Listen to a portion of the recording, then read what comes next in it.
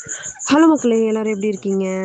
Very good evening and welcome back. இன்னைக்கு நம்ம என்ன பார்க்க போகிறோம் அப்படின்னு பார்த்தீங்கன்னா, ட்ரையாங்கிள் கிறிஸ்பி பொட்டேட்டோ தான். இது ரொம்ப ட்ரெண்டிங்காக இருக்குது. ஸோ அதுதான் வந்து நாமளும் ட்ரை பண்ணலாம் அப்படின்னு சொல்லிட்டு என்ன பண்ணியிருக்கோம் அப்படின்னா, தேவையான அளவு உருளைக்கிழங்குகள் எடுத்து வேக வச்சுக்கிட்டோம்.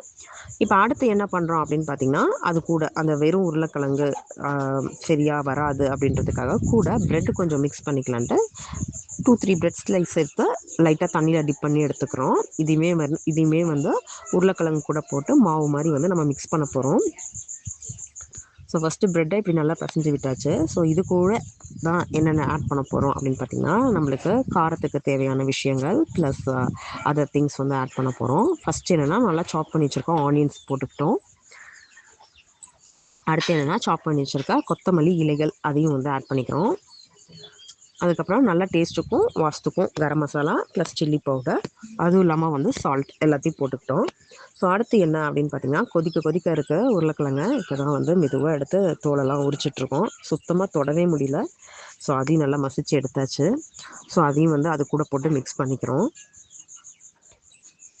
எல்லாத்தையும் மிக்ஸ் பண்ணி இந்த சப்பாத்தி மாவு அந்த மாதிரி வந்து ஒரு இதில் வந்து எடுத்துக்கிட்டோம். ஸோ இப்போ என்ன பண்ண போகிறோம் அப்படின்னா, ஏதாவது ஒரு மாவு வந்து ஆட் பண்ணோம். அப்போ தான் வந்து அந்த கன்சிஸ்டன்சி நம்மளுக்கு வரும்.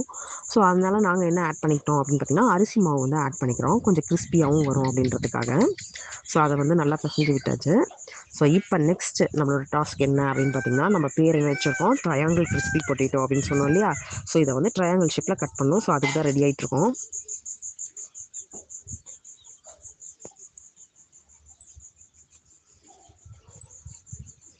ஓகே, கொஞ்சமாக தான் இருக்குது. ஸோ இதில் வந்து எங்களுக்கு எவ்வளோ கிடச்சிது அப்படின்னு பார்த்தீங்கன்னா, ஒரு 5 ட்ரையாங்கிள்ஸ் வந்து கிடச்சிது.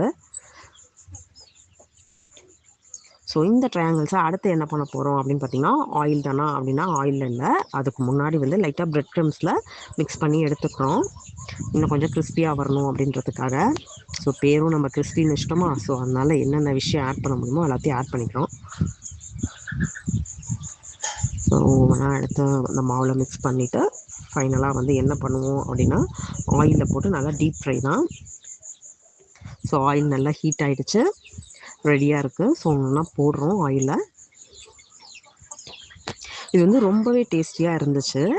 குழந்தைங்களுக்கு உண்மையிலே டேஸ்டியாக ஒரு ஸ்நாக் கொடுக்கணும் அப்படின்னா இது வந்து ஒரு சூப்பரான ஸ்நாக் தான். ஸோ பாருங்கள், நல்லா ஃப்ரை ஆகிட்டு இருக்கு.